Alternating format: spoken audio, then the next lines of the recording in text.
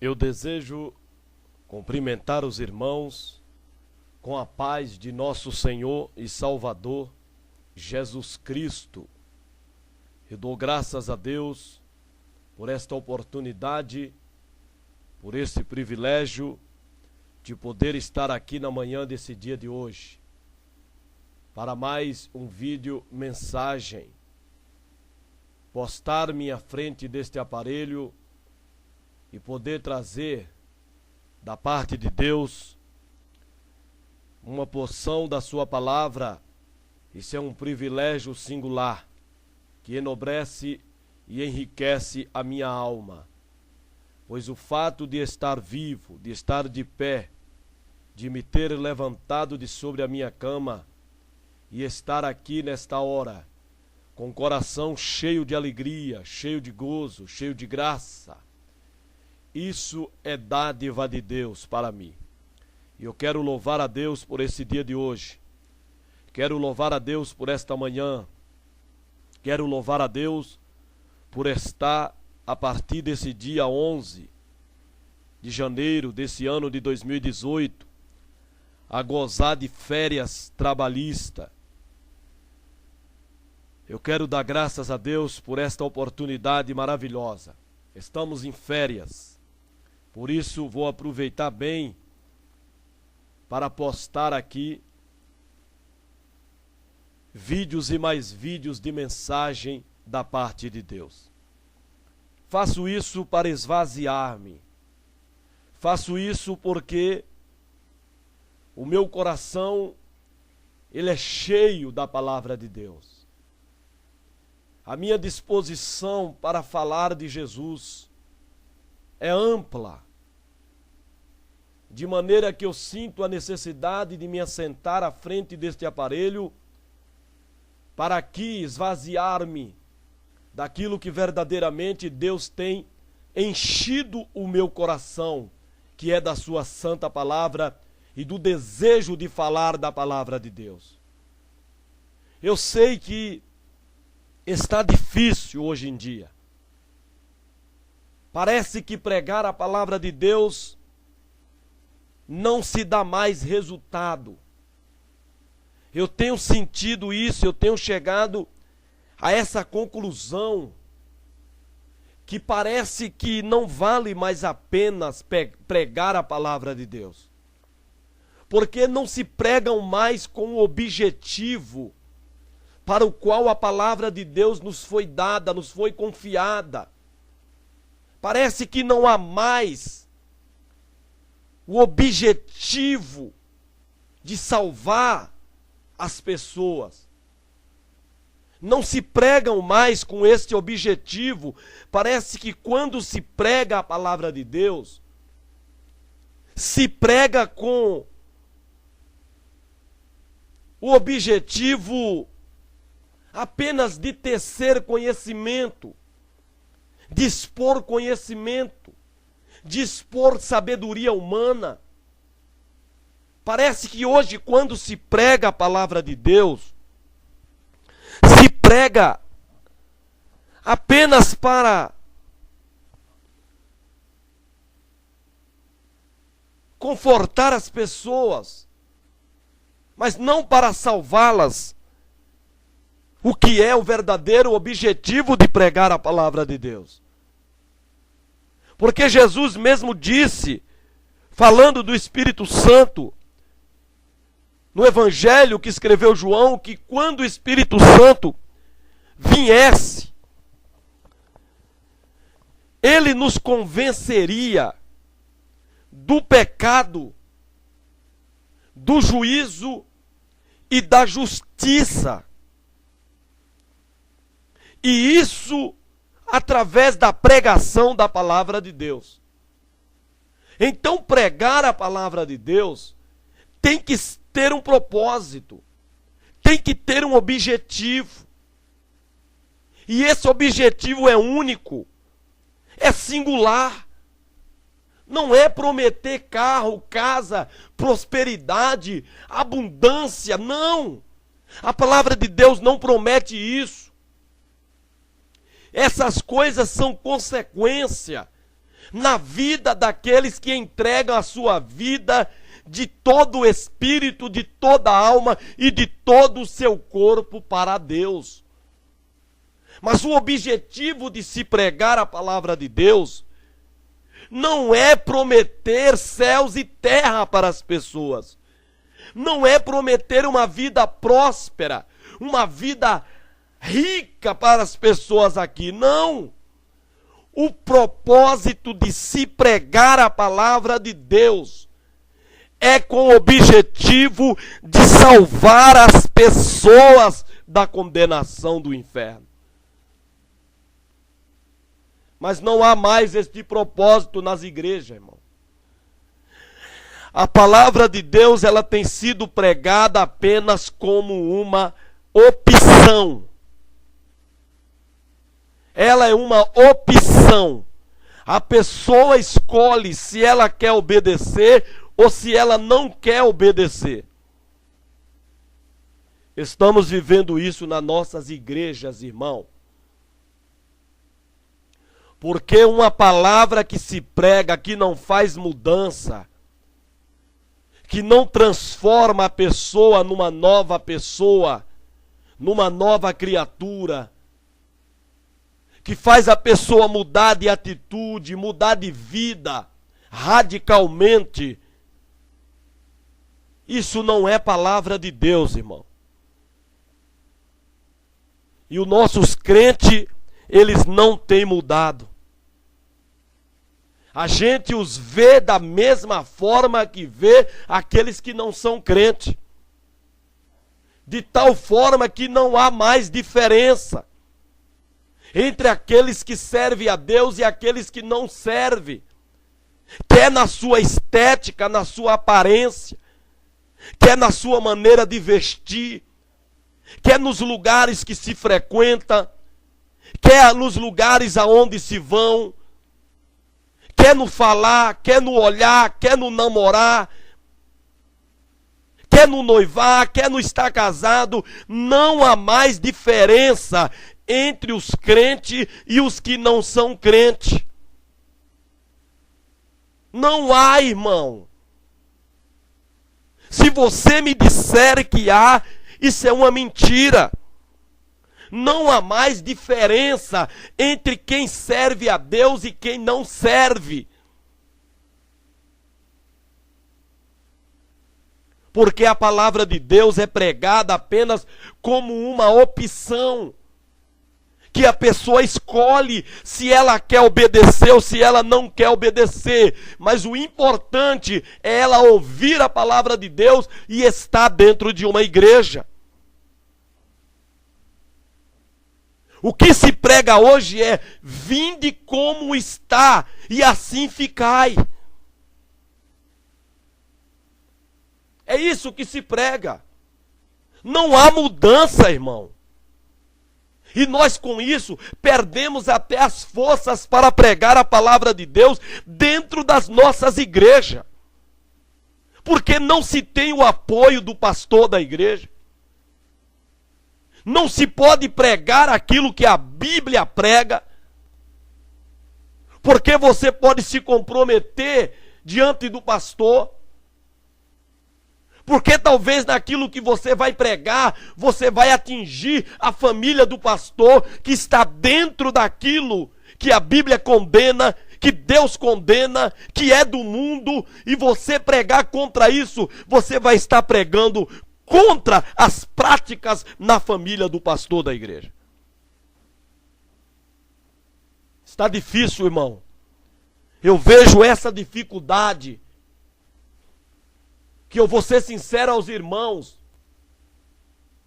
Se não me desse a oportunidade na igreja em que eu congrego, se não me convidassem para pregar em qualquer outra igreja, eu não acharia ruim. Não, irmão. Porque eu vejo que pregar hoje em dia não é com o propósito de salvar as pessoas. Pregar a palavra de Deus hoje em dia não é com o propósito de que as pessoas creiam na palavra de Deus e deixem o Espírito Santo convencer elas do pecado para que elas se arrependam e Deus perdoe. Não é com o objetivo de mostrar a essas pessoas o juízo de Deus que está para cair sobre essa humanidade. Um juízo sem misericórdia. Não é com o objetivo de convencer essas pessoas da justiça de Deus, de que Deus é um Deus justo, que tratará as coisas com justiça, e que Ele não é simplesmente só um Deus de amor, aonde parece que esse Deus de amor que tantos pastores pregam é um Deus conivente, complacente ao pecado, à vida mundana, à vida vaidosa dos crentes. De maneira que Ele aceita, Ele tolera e que Ele não vai tratar os crentes pecadores com rigor no dia do juízo. Mas que Ele será até benevolente com alguns. É isso que nós estamos pregando hoje nas igrejas, irmão. É esse tipo de mensagem que agrada a pastores, que agrada aos crentes. Então eu vejo muita dificuldade para se pregar hoje em dia dentro das igrejas. Porque você olha e você vê os crentes tudo mundano, tudo vaidoso. E o pastor sabendo e conhecedor de tudo. Você olha para a igreja, você vê os crentes tudo pintado, tudo maquiado, tudo de forma sensual. Aí você acaba perdendo até a força para pregar. Aí você se pergunta, meu Deus, o que é que eu vou pregar aqui hoje? Se eu estou vendo o mundo estampado nos crentes. Se eu estou vendo o mundo dentro desta igreja, através das vaidades, tão estampado, tão nítido no corpo, na cara dos crentes.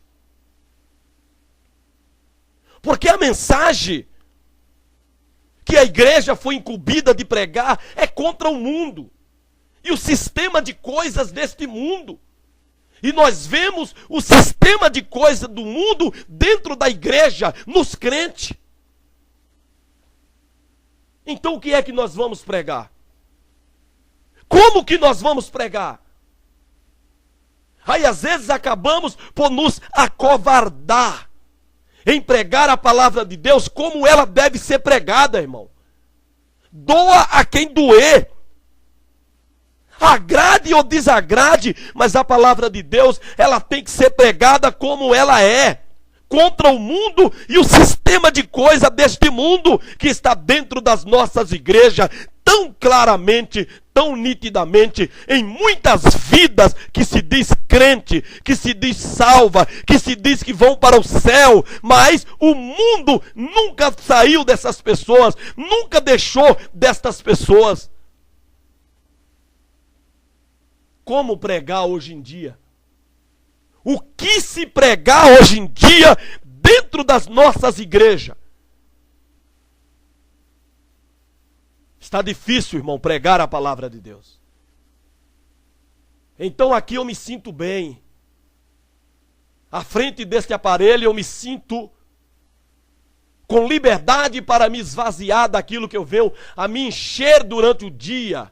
Naquilo que eu venho a meditar de Deus, a refletir de Deus, a reflexionar de Deus. Então quando eu chego aqui em casa, que eu me assento aqui, eu me esvazio. No desejo de pregar isso que estou pregando aqui. Porque pregar dentro da igreja não está fácil. Não está fácil, irmão. Tecer conhecimento, teologia, isso está muito fácil. É isso que o povo quer ouvir. Uma pregação que não toque no seu modo mundano de viver, no seu modo vaidoso de viver. Porque assim que nós chegamos na igreja, que nos posicionamos em cima do altar, nós já vemos o mundo estampado nos crentes. Então o que é que nós vamos pregar? Deus, quando ele chamou Ezequiel para mandar Ezequiel ir a Jerusalém, Deus, ele sabia que tipo de crente Ezequiel ia enfrentar lá. Deus sabia. Deus sabia qual era a qualidade dos crentes que estavam ali, a quem ele estava enviando o profeta Ezequiel. De tal maneira que Deus, quando chamou o profeta Ezequiel no capítulo 3, para que ele fosse aos filhos de Israel, as nações rebeldes, veja bem, aos crentes rebeldes que tinham se rebelado contra Deus, e hoje não é diferente. Os crentes estão rebeldes, desobedientes. Eles não querem obedecer a palavra de Deus como ela é. Eles querem obedecer a palavra de Deus a meio termo, de forma parcial, não no seu total, na sua totalidade. Os crentes hoje, eles querem impor a Deus, para Deus, o como servir e o que servir a Deus. Mas eles não querem servir a Deus na íntegra. Não querem. Então nós vemos a rebeldia hoje estampada nos crentes. Na sua forma de ser, na sua aparência, na sua estética, na sua forma de vestir. Nós vemos a rebeldia, pois anda em conformidade o curso desse mundão aí. Do modismo, das vaidades, das carnalidades, das sensualidades. Isso está estampado nos crentes e não há como se negar essas verdades. Nega-se quem tem medo de falar contra. Nega-se quem tem medo, quem está comprometido através da sua família, por ela não lhe respaldar a falar contra esse mundanismo que está aí dentro das nossas igrejas. Esse sim nega essas verdades, se opõe a ela. Mas está aí para quem quiser ver, que os crentes estão rebeldes. Rebelaram-se contra Deus. São prevaricadores, prevaricaram contra Deus. Não andam em sinceridade diante de Deus. Então Deus, quando chama o profeta, Deus já o vacina. Deus lhe dá uma injeção de ânimo, conscientizando o profeta qual era o tipo de crente que eles iriam ver ali naquela igreja, que ele iria se deparar. Então Deus diz, olha, aqueles crentes são de semblante duro, eles são obstinados, eles não estão dispostos para obedecer, o coração deles são duro. Eu te envio a eles, e lhes dirá. Aí Deus disse para o profeta, quer ouça, quer deixe de ouvir, mas tu fala a minha palavra, tu prega a minha palavra. Se eles estiver dando glória, tu fala. Se eles não estiver dando glória, tu fala do mesmo jeito. Mas eu te envio para pregar contra uma casa rebelde, contra crentes rebeldes, crentes desobedientes, crentes mundanos, crentes vaidosos, crentes carnais, crentes sensuais, crentes que não querem viver a vida padrão Deus, estabelecida por Deus. Mas eu vou te enviar esses crentes. E tu fala, tu prega. Quer eles ouçam, quer eles deixem de ouvir, mas tu prega a minha palavra.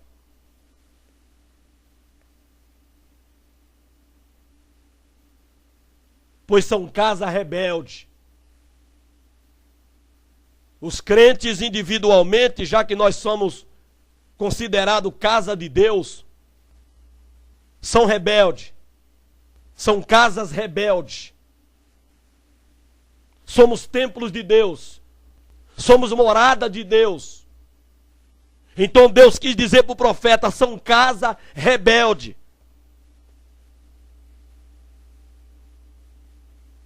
Mas tu fala que eles hão de saber que esteve no meio deles um profeta. Então a palavra de Deus, ela é para ser pregada, irmão. Quer os crentes ouçam, quer eles deixem de ouvir. Mas a palavra é para ser pregada na íntegra. Ela é para ser pregada combatendo o mundo, combatendo o pecado. Ela é para ser pregada, irmão, não para agradar. A palavra de Deus, ela não é para pregar no intuito de se agradar a quem quer que seja. Nós temos que pregar a palavra de Deus para que as pessoas creiam em Deus. E deixe a vida pecaminosa, a vida de vaidade. Meu Deus, tanta sensualidade dentro das nossas igrejas, no meio dos crentes. A gente percebe o desejo de ser a atenção, o desejo de ser visto através do seu vestir, através das suas pinturas mundanas, que nega a realidade de quem essas pessoas de fato são, mas aparece na igreja com uma falsa aparência, uma falsa cor de cabelo, um falso rosto, uma falsa boca, falsos olhos.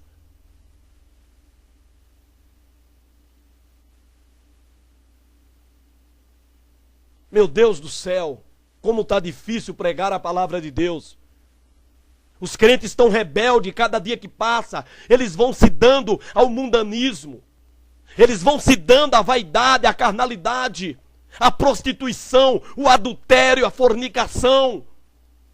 Está dentro das igrejas evangélicas e eles fingem que está tudo bem, os pastores fingem que as coisas vão bem, só porque o que eles entendem por ir bem é os dízimos, é as contribuições mensal, atingiu a meta, ultrapassou o limite que eles achavam, que eles pensavam que não ia atingir, então eles ficam contentes, eles ficam felizes e esquecem da santidade da igreja. Eles não pregam para a santidade. Parece que eles pregam com o objetivo de que as pessoas creiam simplesmente para contribuir. E não crê para deixar a vaidade, para deixar o pecado, que está aí tão claro, irmão, dentro das nossas igrejas. Estamos vendo. Ficamos até com dificuldade para pregar contra o mundo. E a nossa mensagem ela é contra o mundo, irmão. As nossas pregações é contra o mundo. É contra o sistema deste mundo que é contrário a Deus, que é contra Deus.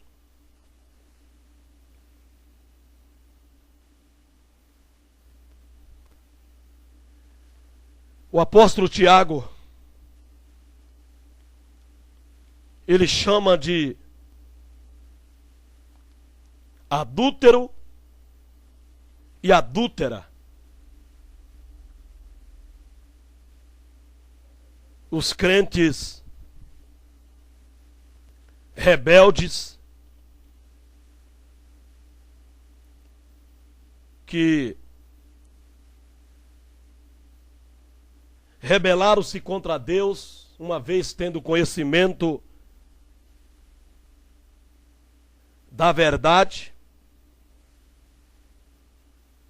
uma vez tendo conhecimento da justiça, e tendo experimentado a santidade de Deus, e volta ao mundanismo, ao modismo, à vaidade, à perda da identidade própria, da naturalidade própria, e vive numa mentira, na cor dos cabelos, na cor do rosto, da boca, do corpo, do vestir. Vive uma mentira diante da igreja, se apresenta diante de Deus totalmente numa aparência falsa, que na realidade não é você. O apóstolo Tiago chama de adúlteros e adúlteras.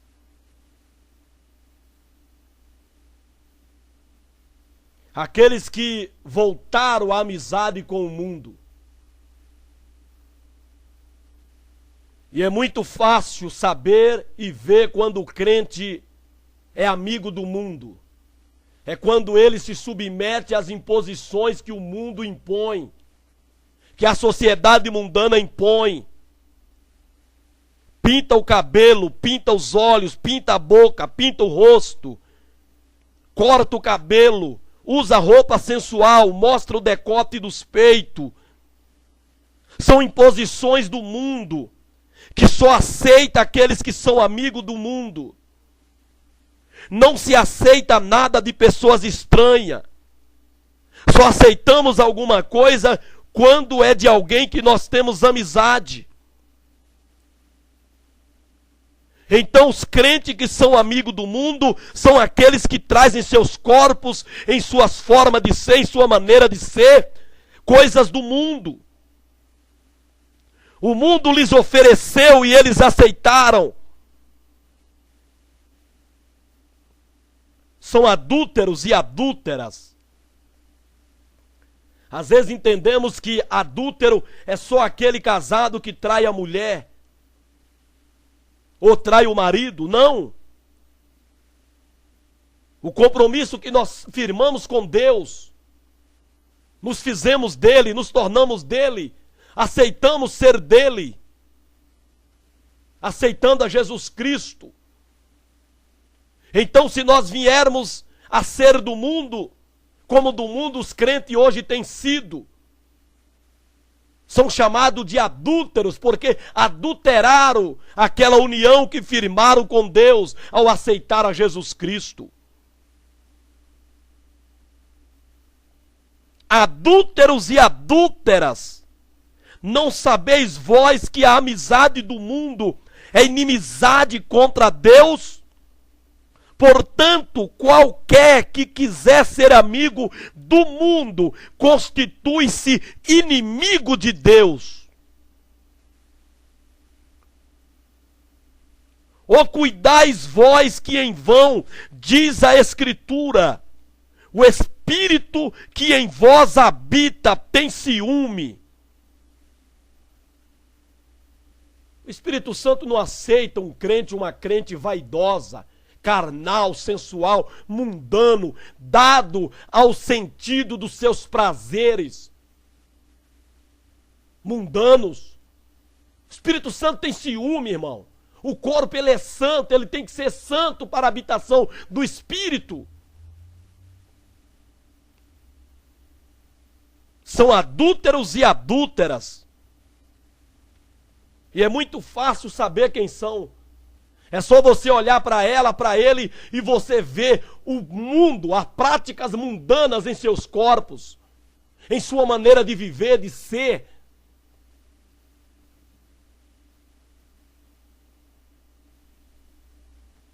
Então Deus manda Ezequiel ir a uns crentes que Deus sabia que não estava a fim de ouvir a palavra de Deus como ela é. Eles não queriam ouvir a palavra de Deus da maneira como Deus quer, como Deus fala. Então Deus vacina o profeta. Mas Deus lhe ordena que eles, ouvindo ou deixando de ouvir, o profeta tinha que falar a palavra de Deus como ela é. Como Deus ordena que se fale, sem tirar ou sem acrescentar.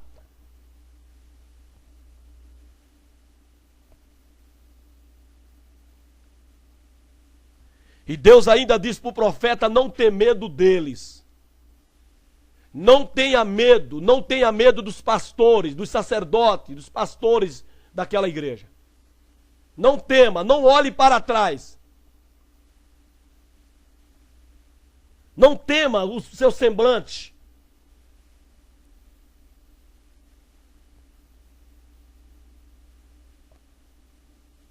Não tema as suas palavras.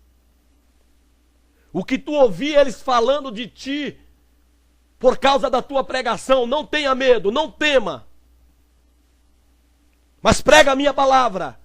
Não tira, não diminui, não subtrai, querendo agradá-los, mas fala a minha palavra contra o mundo. Fala do juízo, fala da justiça, que são as três bases que se sustentam uma mensagem: pecado, juízo e justiça. São os três alicerces que uma mensagem tem que estar sustentada. O pregador tem que pregar nesse objetivo de convencer as pessoas do pecado, do juízo e da justiça divina. O pecado que está tão patente nas nossas igrejas, que está tão estampado no corpo dos crentes.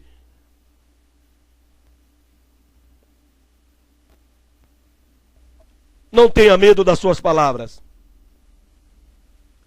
Ainda que tu olhando para eles sejam sarças e espinhos para contigo. E tu venha a estar em meio a escorpiões. Os crentes ali são como escorpiões. Eles são como sarças, são como os espinhos. E tu vai estar no meio dele para falar a minha palavra. Prega, fala. Quer ouça, quer deixe de ouvir, mas prega a minha palavra. Foi isso que Deus falou para o profeta Ezequiel.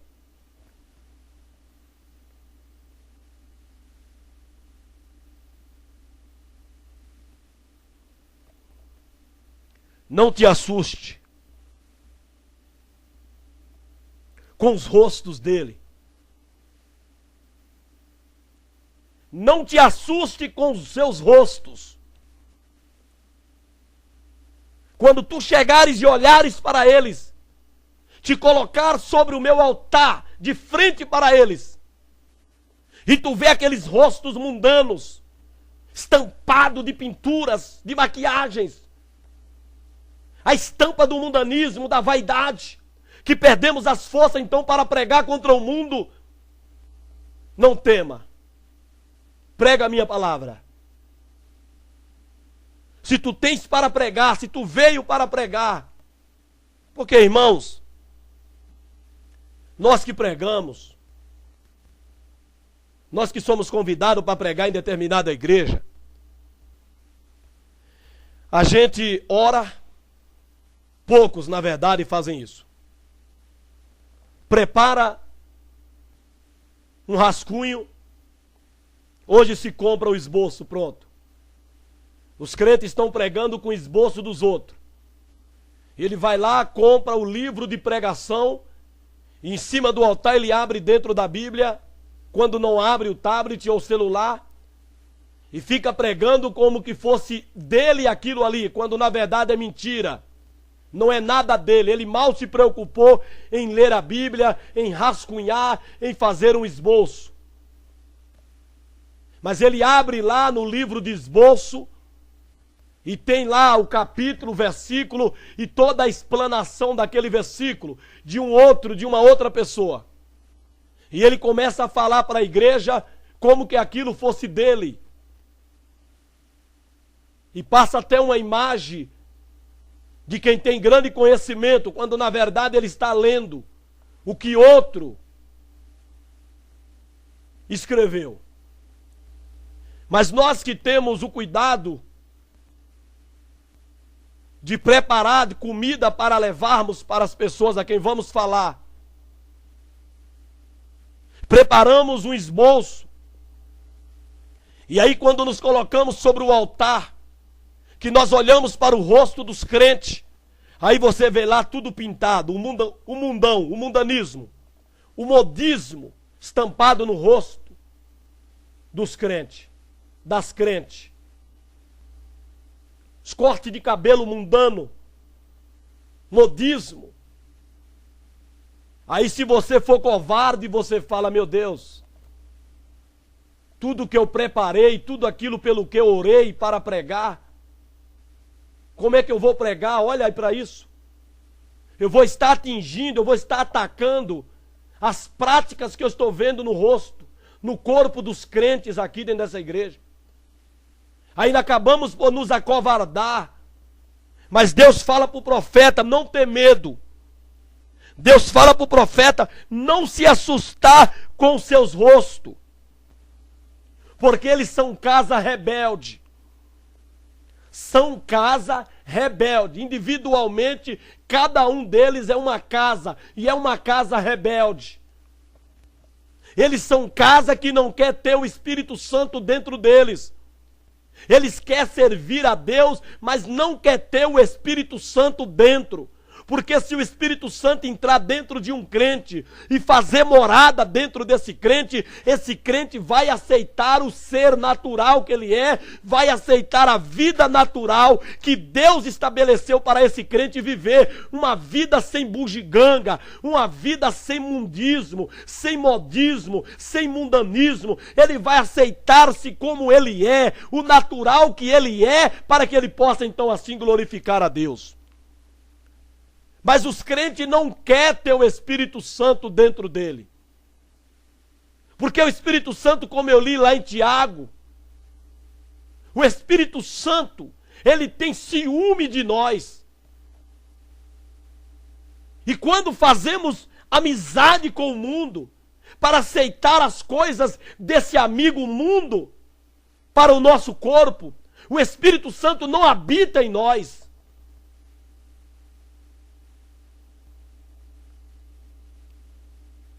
São casas rebeldes. São casas que não querem que o Espírito Santo habite dentro dela. Porque ele sabe que se o Espírito Santo entrar, ele vai mudar. Ele vai convencer esse crente do pecado, do juízo e da justiça divina. Então ele não quer. Mas ele quer servir a Deus, ele quer estar na igreja, ele quer fazer, ele quer glorificar, ele quer ter oportunidade. Mas ele não quer se convencer do pecado, para deixar essa vida de pecado, de modismo, de vaidade. Não quer. Então Deus preparou o profeta.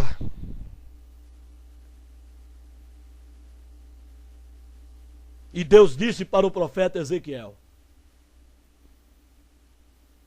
tu lhes dirás a minha palavra.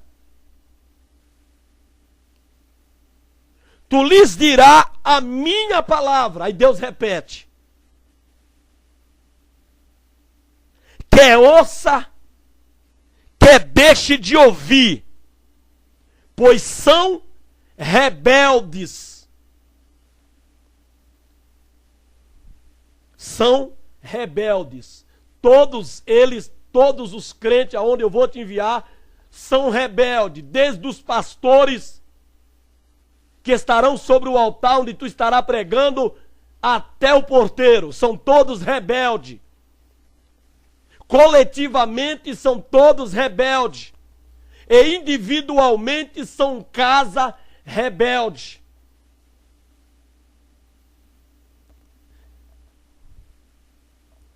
Mas tu lhe dirás a minha palavra. Quer ouça, quer deixe de ouvir.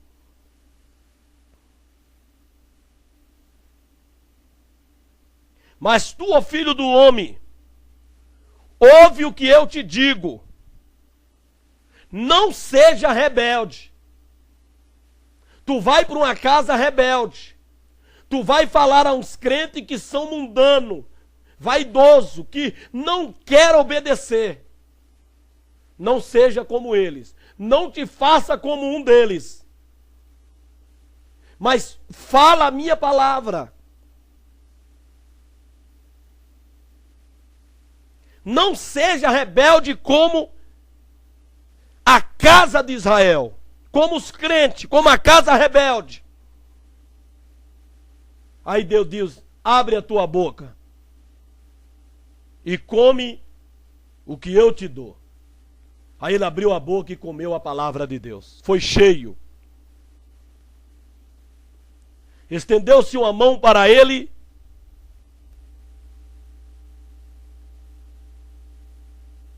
E ele então tomou as palavras de Deus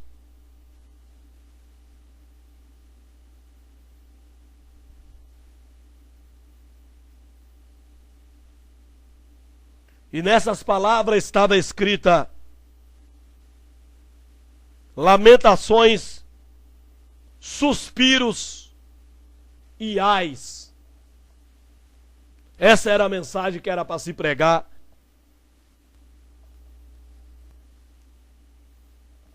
A casa de Israel.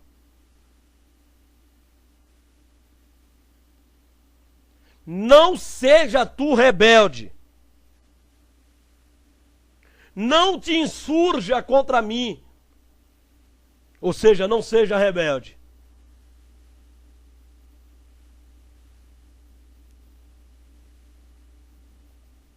Essa é a mensagem que nós temos que pregar hoje, irmão. Mas somos covardes, nos acovardamos quando nos posicionamos sobre um altar e olhamos para o semblante dos crentes e nós vemos o mundão, e nós vemos o modismo, o mundanismo estampado no rosto, no corpo, no vestir dos crentes e das crentes hoje dentro das nossas igrejas. Olhamos para o púlpito, para a família dos pastores, dos obreiros, estão tudo igual ao mundão. Aí ficamos com medo para pregar aquilo que nós preparamos para pregar. Até oramos, pedimos a Deus graça para pregar sobre aquilo que nós rascunhamos, esboçamos. Mas quando chegamos no altar, somos covardes. Acabamos por nos rebelar, juntamente com a igreja, com os crentes rebeldes. Porque ser rebelde, irmão, qualquer servo de Deus que, conhecendo a vontade divina revelada no seu livro, e vendo que as atividades da sociedade na qual vive não estão à altura da mensagem do livro, recusa-se a pregar contra tais atividades, está pecando da mesma forma que os próprios crentes rebeldes. Você conhecer a palavra de Deus, você conhecer a vontade de Deus através da palavra de Deus, e você vê que a prática dos crentes dentro da igreja não condiz com a palavra de Deus, e você se recusar a pregar contra tais práticas dentro das nossas igrejas, você está pecando tanto quanto eles.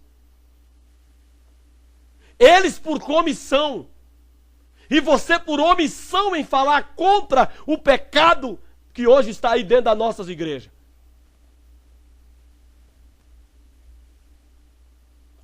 Irmãos,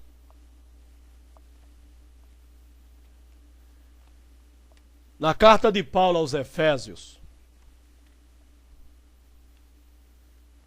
que é o texto-chave, o texto-tema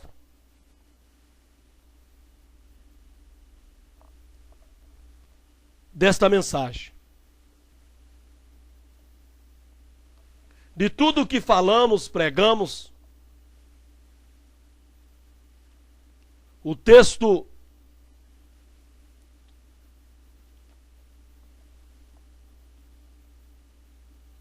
base está em Efésios, capítulo 4, versículo 11.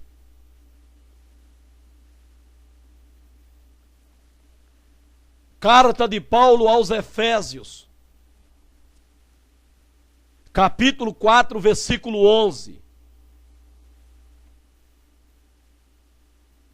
Era para eu ler no princípio, mas vai ficando tão gostoso que nós acabamos por pregar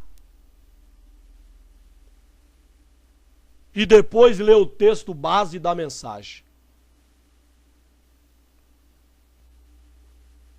Mas o texto para ser lido a princípio, Efésios 4:11, que diz assim: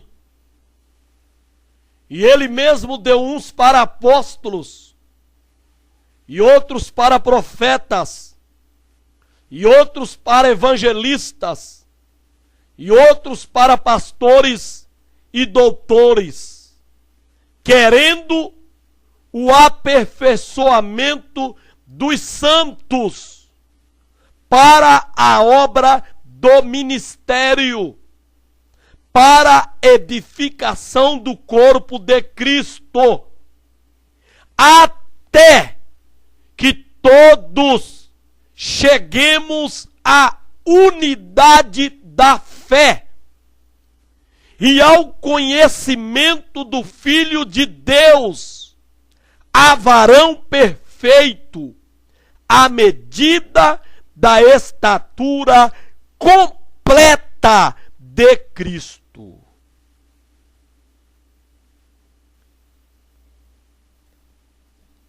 Esse foi o propósito que Jesus deu, o ministério para a igreja. Antes de subir ao céu, ele deu ministério à igreja.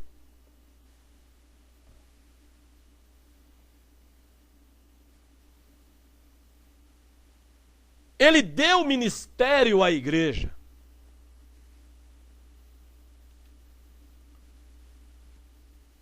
E os ministérios que ele deu à igreja são esses: apóstolos, profetas, evangelistas, pastores e doutores.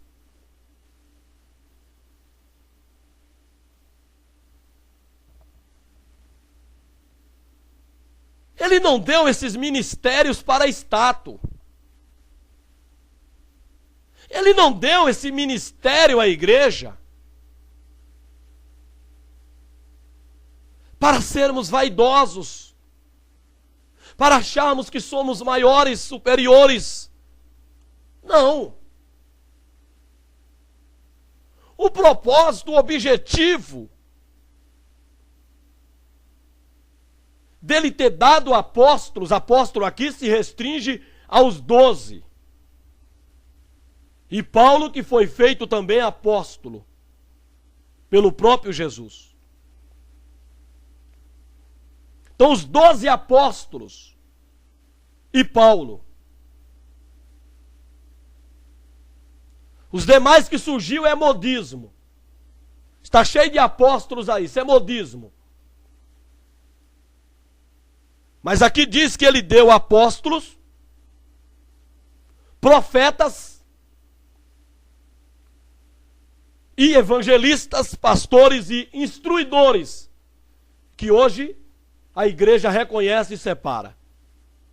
Mas apóstolo restringe-se aos 12 mais Paulo. Profeta fala dos dons de profecia que hoje tem nas igrejas. E evangelista é aquele que evangeliza, itinerante. E pastores, aqueles que ficam pastoreando a igreja. E doutores ou instruidores, aqueles que têm o dom de instruir, de ensinar. Mas esses ministérios dados à igreja não foi com o objetivo de fazer um curso de teologia, de ser levado ao ministério e tomar isso como um status.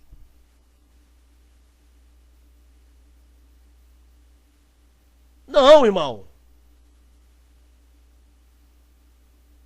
Isso foi dado à igreja com um objetivo, para que esse ministério sobre a igreja, dado por Jesus, E nem todos que compõem esse ministério foi chamado por Jesus para ele, viu, irmão? Quem nomeia ministro é o pastor presidente. O pastor local escolhe, leva e o pastor presidente separa. Assim como quem separa ministro é o presidente da República. E a Bíblia diz que aquele que deseja o episcopado, ou servir a Deus como presbítero, boa coisa ele almeja. E pastor, presbítero e bispo tem o mesmo significado quanto o cargo, quanto a função.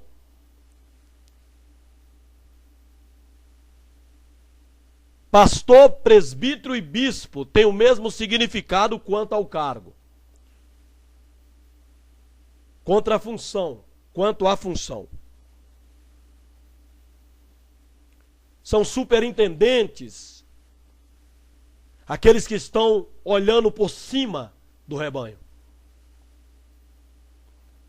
Então, almejar o presbitério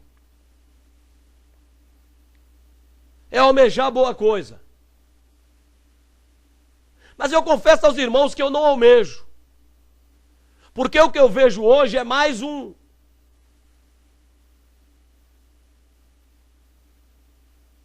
prestador de serviço cegamente ao pastor da igreja. Parece que quando a pessoa é separada, ele não é separado para Deus. Para Deus, então, dá ele à igreja. Porque primeiro você vem a Deus e Deus dá você à igreja. Mas parece que hoje, quando se separa alguém, separa-se ele para o pastor. Que ele serve ao pastor cegamente. Que a verdade que ele ouvia antes de determinado irmão, ele já separa-se daquele irmão e não quer mais ouvir. Mesmo sabendo que o irmão está falando a verdade. Então esse tipo de obreiro eu não quero. Ser separado com segundas intenções, além daquela singular que é para Deus. E Deus falou isso para Ananias de Paulo, quando Ananias se recusou ir até Paulo, amando de Deus, por medo, sabendo quem era Paulo e o que Paulo tinha feito com a igreja. Deus disse para Ananias: vai, porque este é para mim um vaso escolhido. Então ele é para mim. O homem ele é separado para Deus primeiramente. Secundariamente, Deus dá ele à igreja. Por isso que diz que Jesus deu uns para. Mas com que objetivo que Jesus deu? O presbítero, o pastor, o evangelista, o instruidor, o apóstolos. Com que objetivo ele deu esses ministérios à igreja? Por tudo aquilo que nós já pregamos primeiramente. Querendo, através da pregação da palavra, o aperfeiçoamento dos santos. Querendo o aperfeiçoamento dos santos. Para a obra do ministério. Para a edificação do corpo de Cristo. Então, esse é o objetivo pelo qual Jesus deu ministérios sobre a igreja.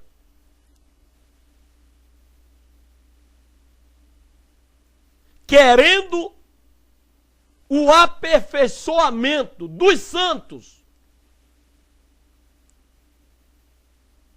Você se santifica e agora você caminha para o aperfeiçoamento, para a perfeição. Ninguém pode ser perfeito sem primeiramente não se santificar. Primeiro o indivíduo ouve a palavra de Deus, ele crê, ele se converte, ele é santificado. Aí então ele caminha para a perfeição, para o aperfeiçoamento desse homem. E eu fico muito triste quando eu vejo o irmão subir o altar da nossa igreja aqui em Brasilândia 1. E esse irmão que subiu ao altar falou da faculdade da mulher, faculdade dos filhos, faculdade dele, do carro dele que ele trocou. E ele falou que, veja que coisa, ele falou que ele não é perfeito e que ninguém pode ser perfeito, né, irmão? Nós não podemos ser perfeito, perfeito é só Deus, veja. E eu fico com o coração doído quando eu ouço um irmão subir ao altar para falar uma besteira dessa e o pastor depois não corrige. Eu fico doente ao ouvir o irmão subir o altar da igreja e depois, dias depois, subiu a irmã, mulher de um presbítero, e falou a mesma coisa. Que ela não é perfeita, mas Deus lhe tem abençoado assim mesmo. Mulher de um presbítero. E que ninguém é perfeito. Ninguém pode ser perfeito. Eu fico doente ouvindo isso. E eu fico mais doente depois que essas pessoas descem do altar e o pastor não rebate esse dizer. Como que concordando com essas pessoas que realmente ninguém é perfeito e não pode ser perfeito. E esse texto, como outros tantos que há na Bíblia, fala que nós temos que ser perfeitos. Que Deus deu ministério querendo o aperfeiçoamento dos santos. Fomos santificados pela fé, pelo sangue de Jesus. E agora nós temos que caminhar para sermos perfeitos.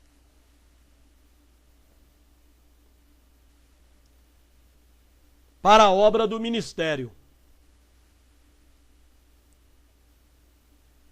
Só pode compor o ministério de Jesus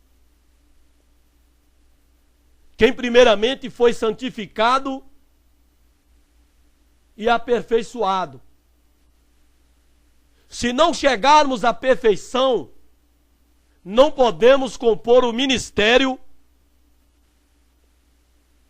na edificação do corpo de Cristo, que é a igreja. Só se pode edificar a igreja, ou está edificada a ela, quem se aperfeiçoar. Você pode até pertencer à igreja local aqui,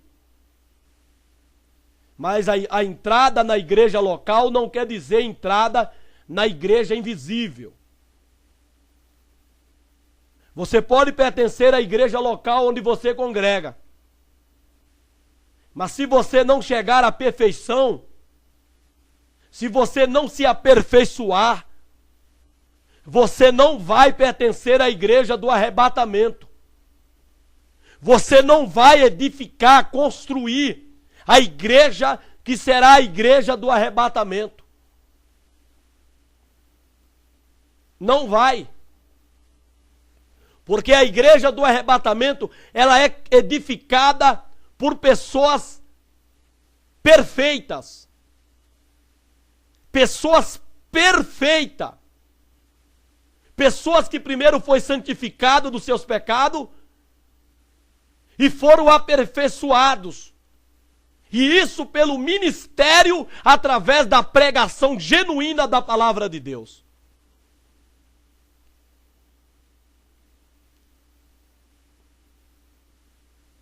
Para que aí, chegando à unidade da fé, uma fé única,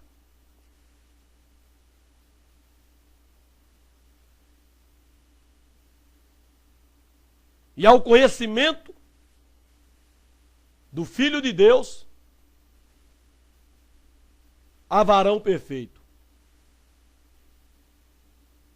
E a medida desse varão perfeito